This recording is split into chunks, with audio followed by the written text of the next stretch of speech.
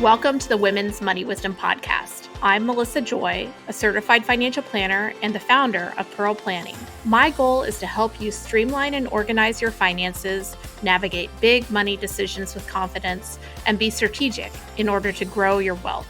As a woman, you work hard for your money, and I'm here to help you make the most of it. Now, let's get into the show. Just a quick note before we dive in. The information that we share is meant to educate and inspire, not to serve as personalized financial advice. Everyone's situation is unique, so be sure to consult with your own financial professional for guidance that fits your life. And just so you know, the opinions shared in this podcast are my own and those of my guest, and they don't necessarily represent those of any organizations that I'm affiliated with. For more important disclosures, please go to our webpage at pearlplan.com. Now, let's get started.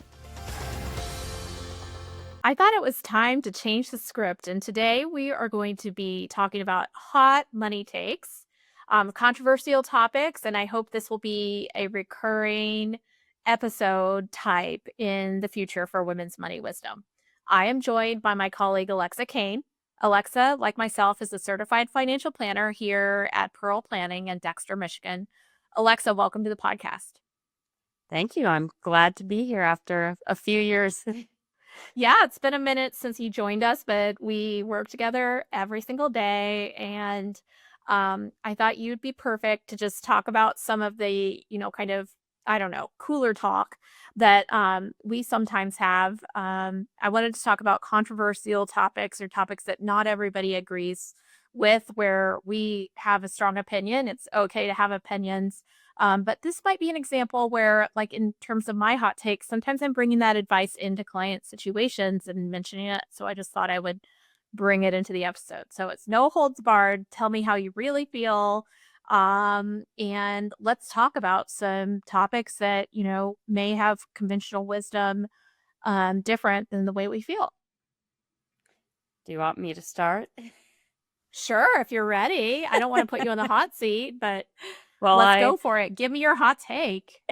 I think every day, we sit together, so we get to talk about things. And today it's May 23rd. So just in the news today, it's Klarna had some information out about borrowing. And I think that's a good topic for a hot take, or I don't know if I don't think it's a hot take, but my first question was, what is Klarna? Because I was like, I've heard that name, but who are they? So Klarna, a firm, anytime, Amazon, you're shopping and it says, hey, do you want to buy the dress or do you want to pay $10 a month for 6 months? And they're just basically allowing you to finance these smaller purchases.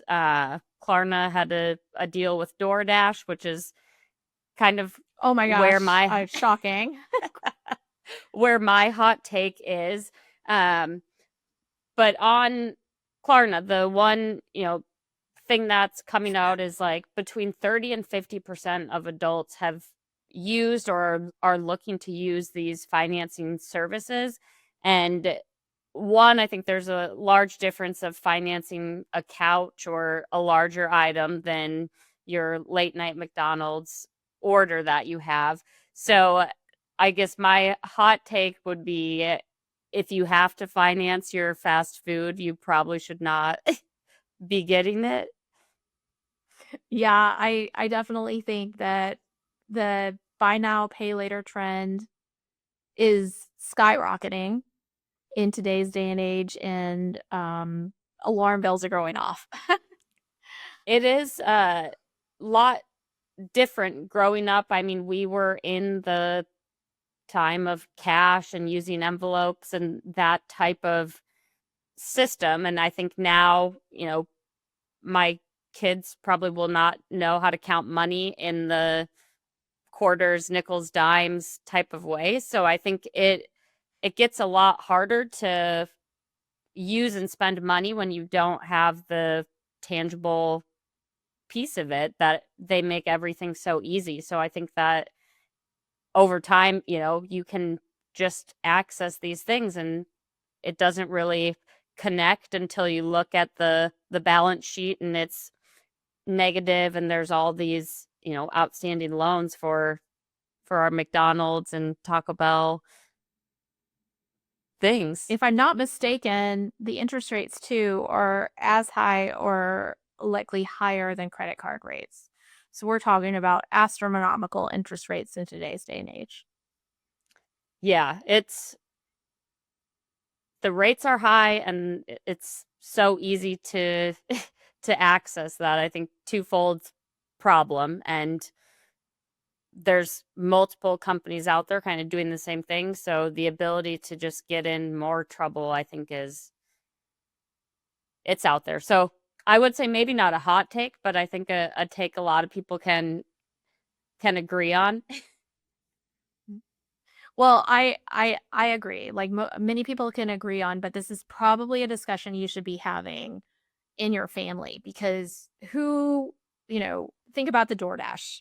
I described to Alexa when we were preparing for this episode, I think I've DoorDashed once because we live in a small town where it's just not that convenient to have your stuff delivered because there are only so many places. They're all within 5 minutes away. And there just isn't the same as urban centers where they're dropping off the door. But you send your kids who haven't been used to that to college, and, anybody is willing to do a delivery to the dorm room or the campus apartment, and that's where, it gets started. You're not kind of preying on people with an 800 credit score who, are looking for the convenience. They're going to just swipe the card and pay off their credit card at the end of the month. This is really appealing to, uh, kind of fringe or entering the economy demographic. It's your kids that you need to warn, or more vulnerable family members, perhaps. Mm-hmm. And, you know, part of it also goes back to like when we're talking with clients, I think we're not people that will, it's not a place of shame, or, spend your money how you want to spend it as long as everything works out. So it is, everything can fit in in a plan, but it goes back to like, okay, if you prioritize this over that, you can do anything, but you can't do everything. And as a working mom with 3 kids, like, yes, sometimes you need the DoorDash, but then you're substituting for other things to make it work in your plan and make the numbers go out. But I do think having to do the financing piece on the food is like, okay, that's where we might have gone a bit far. A bit. I mean, probably almost every transaction that we do, at least 50%, if you're someone who shops online, or for me, it's like on my mobile phone, gives you those offers. And I always just ignore them. And, fortunately or unfortunately, my digits are memorized to the phone, and it's just, 10 seconds to have the transaction complete.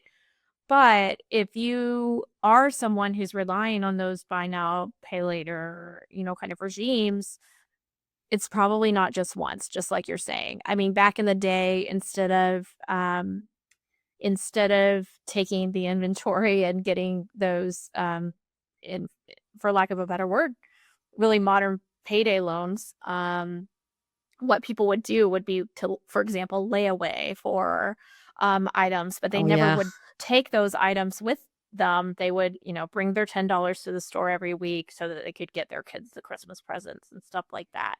Um, I and forgot about so, layaway.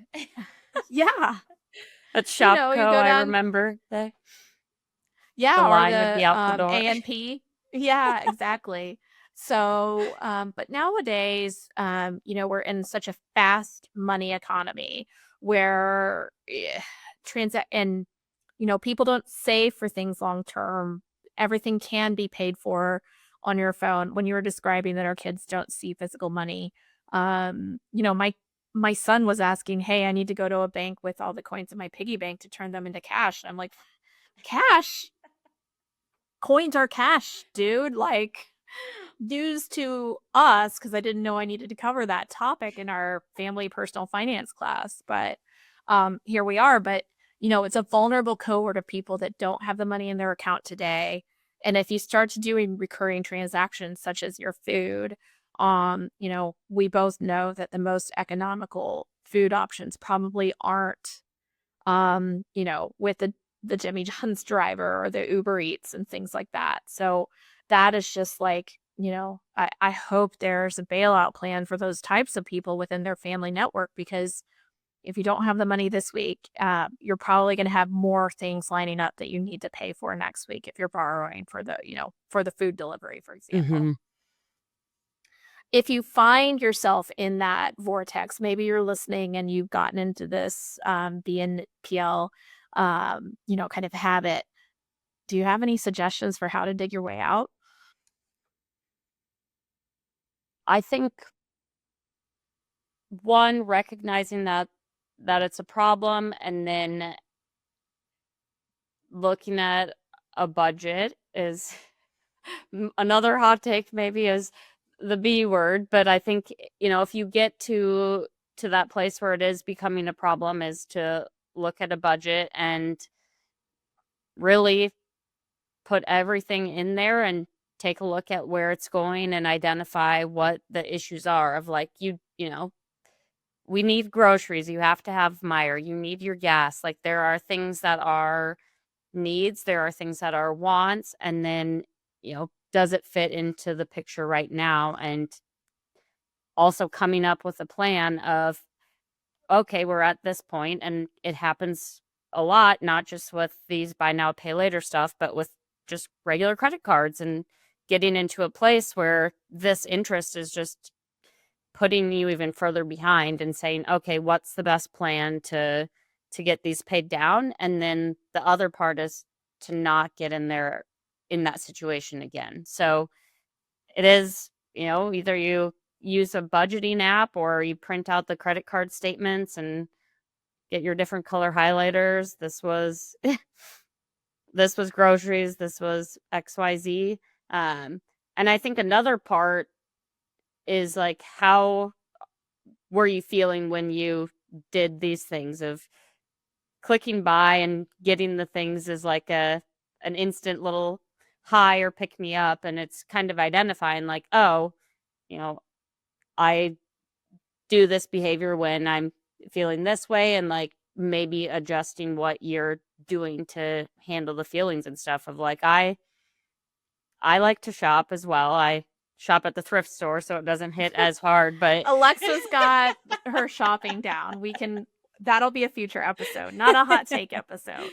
but, it's the same. It's your feelings when you're doing these things of, like, oh, I like getting new clothes when I'm stressed, and it's, at the thrift store, it's $30. It can still add up, but it is, oh, I go out to eat whenever I had a long day, and it's like, okay, retraining your brain of, like, hey, maybe you take a walk, or maybe you call someone and just have a vent session, and, like, figuring out, where the money's going, but also why it's going to these places as well.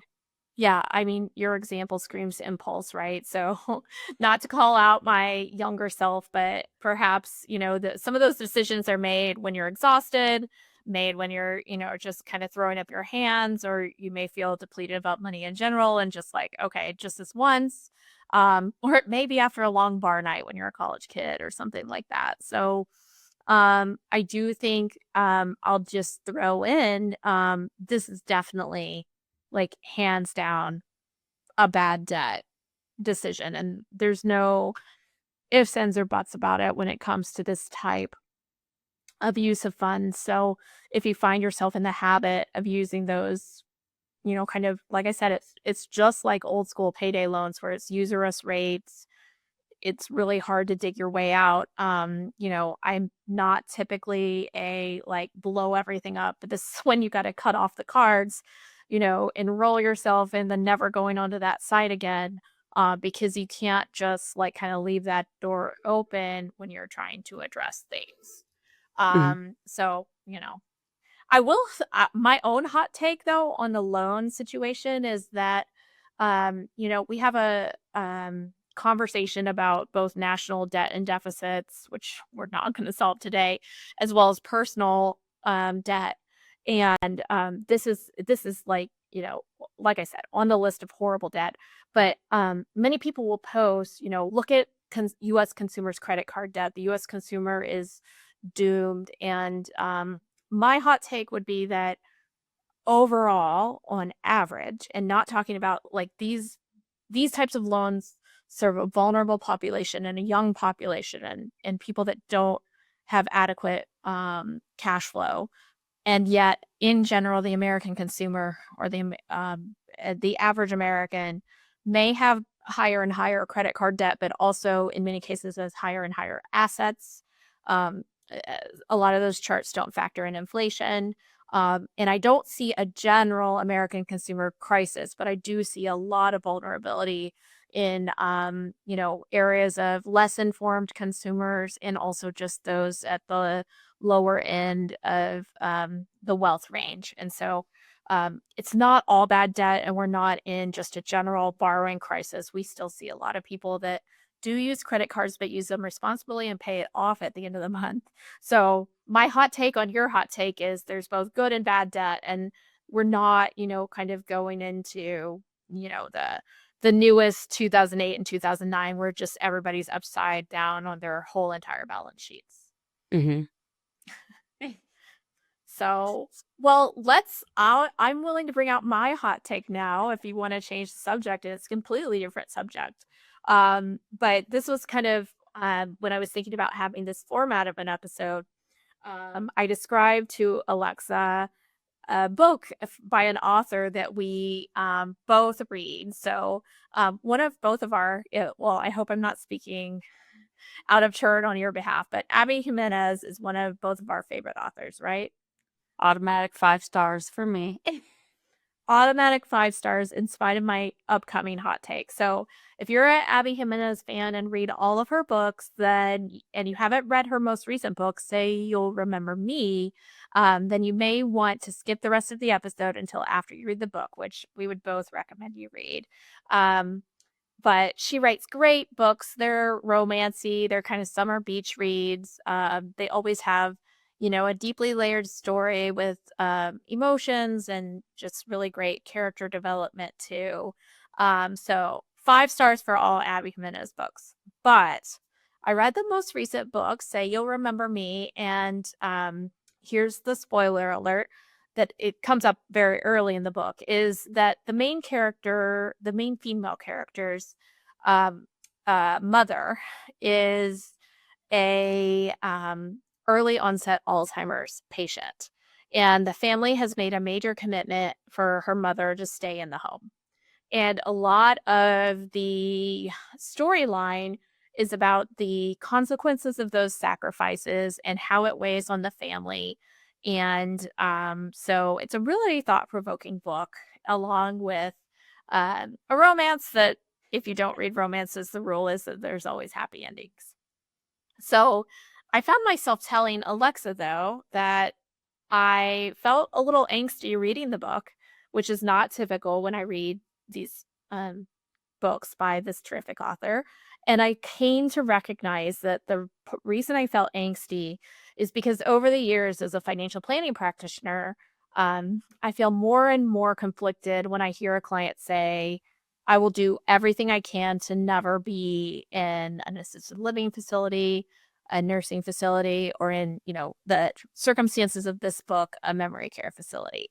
And so I just thought I would talk about this without raking the book under the coals. I just want to talk about the topic of, in my opinion, as someone who has seen people aging in more active retirement communities that can transition to additional levels of skilled care versus aging in place in the home, I just don't know that it's best for everyone to stay at home. And I'm sure that's controversial. That's my hot take. But let's talk about it.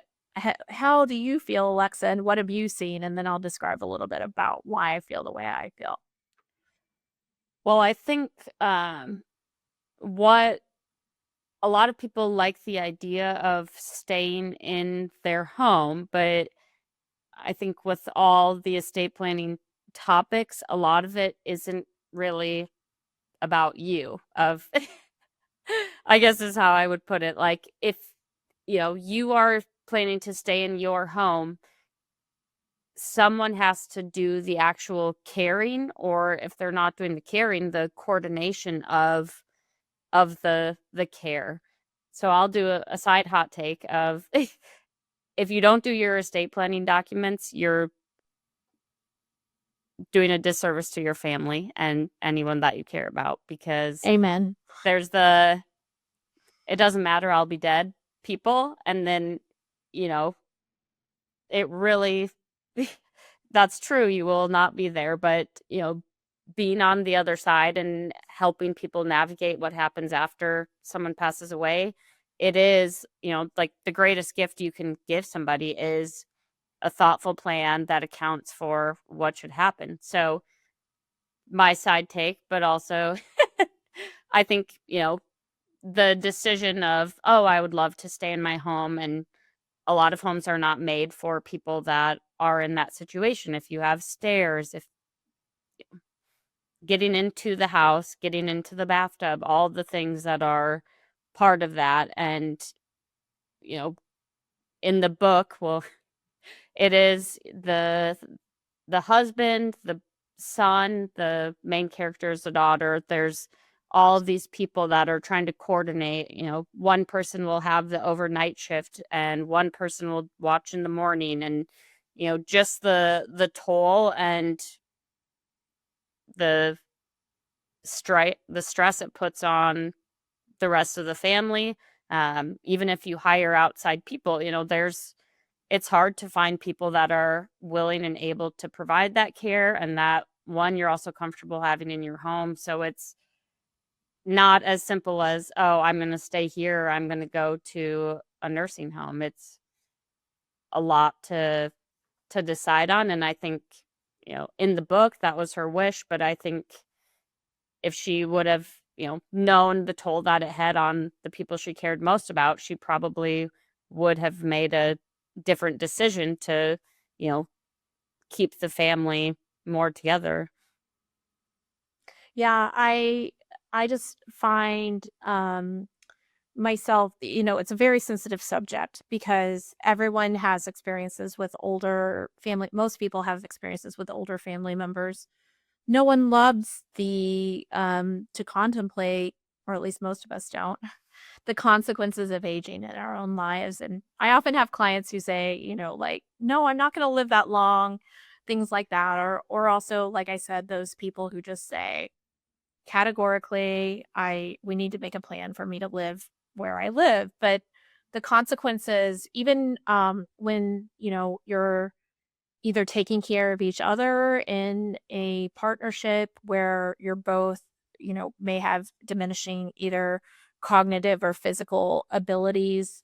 The consequences of lower nutrition when you're responsible for preparing your own meals, going out to get your food, um, and the social isolation of staying in your home are all things that I wish more people would consider more carefully, because they can, in fact, advance, decline, and contribute to adverse outcomes. And I think it's easy to say, I just, I don't want to give up this home for that facility, but there's so much of a compromise in between. Studies have shown that people have lower bad health outcomes, lower hospitalization rates when they live in active retirement communities, or senior communities, not in assisted living, relative to those who choose to stay in, kind of the previous living arrangement for years prior to your older years. And then you also have the consequences of costs, which it used to be that you would be saving money with home health care, versus going into an assisted living facility or nursing home. But I don't know that that is as much of the case nowadays with the costs of home care. It's really difficult to keep home care staff and to find qualified staff that can come in. And then it's just a constant, um, need for case management and project management to keep things right and above board. I was talking about this with a doctor actually who I mentioned, I just have this. Usually I try to be completely kind of Switzerland when clients come in and say, this is what I want. But I felt compelled over recent years to say more and to challenge assumptions when it comes to this type of conversation. And she said, oh, yeah, there's definitely medical evidence that indicates that you have better aging outcomes when you choose to be in a place with more socialization, more attention to your medication needs and your nutritional needs and activities and perhaps a more active lifestyle. Yeah, I can So I see encourage you that. to have these conversations earlier, and don't not read the book because of this, but do if you do read the book, which, like I said, we 100% recommend. We'll include a link in show notes. There are so many great reads written by this author, but do have a conversation with your family members about what you want and but also when you may need to make a different decision that might be best for, in my opinion, not only the family's outcomes, because in this book's case, there's a person who has less and less memories, and there's adverse outcomes all around, including safety issues. But also, just have some frank discussions about, and pepper in some, like kind of everybody has their worst case scenario, or I don't want to be like, the nursing home grandma was in, but do pepper in some like evolving, kind of realities when it comes to your options. Because especially for people who have been careful with their money, you can make some really upfront and independent decisions that could have a longer pathway. I've always used the example, and I know, Alexa, you have heard me use this example frequently, that my first and one of my most important mentors, Estelle Wade, retired to Arizona after I worked as her assistant 25 or 30 years ago. And she, at a much younger age than I would have assumed, chose to go into a great active living community. And over the years has been aging in place in that community that she chose, along with her husband. And I just really see the value to being around other active, engaged, similar, like minded people in terms of just a beautiful, kind of process for aging. And so I encourage people to consider that could be an outcome. And, but it was all about being a family that was open to change and change by their own design. We're not always afforded that option when people wait to make adjustments. And sometimes you just can't control that. Yeah, I also So have had clients that have made the decision as well to move into a community, and I think it gives them the control of you're doing something because you want to, not because you have to. And they were able to clean out their old house. They got to go through all the boxes. The kids were happy they didn't have to, pick which things to save and which things not to save. I know even now when I go home, I'm like, we don't need this. yeah. Why did you keep this from when I was in middle school? Like, there's it's a lot of things that fall to the people doing the care and not just, where you're going, but then what do you do with all the things and what's important too. It's so much easier to lay out that game plan, or talk about it theoretically in your 50s, 60s, or 70s versus just in a crisis where if you didn't have the original game plan, it would be much more difficult to feel okay when you're, could be dealing with emerging issues at the same time. Yeah. Well, I loved the opportunity to discuss our hot takes. Alexa, will you be keeping an eye out for some future hot takes? Yeah, I have a teaser of what we can talk about next time. Oh, tell me. What are we get? What's the preview? Life insurance. Oh, life insurance as an investment? Yes. Oh, the hot takes will be hot and on fire for that one. Let's have that discussion soon. That needs its own episode. Okay, sounds good. Hot takes insurance version coming to you soon. But in the meantime, have a great week, everybody. Thanks, Alexa. Yeah, thanks for having me.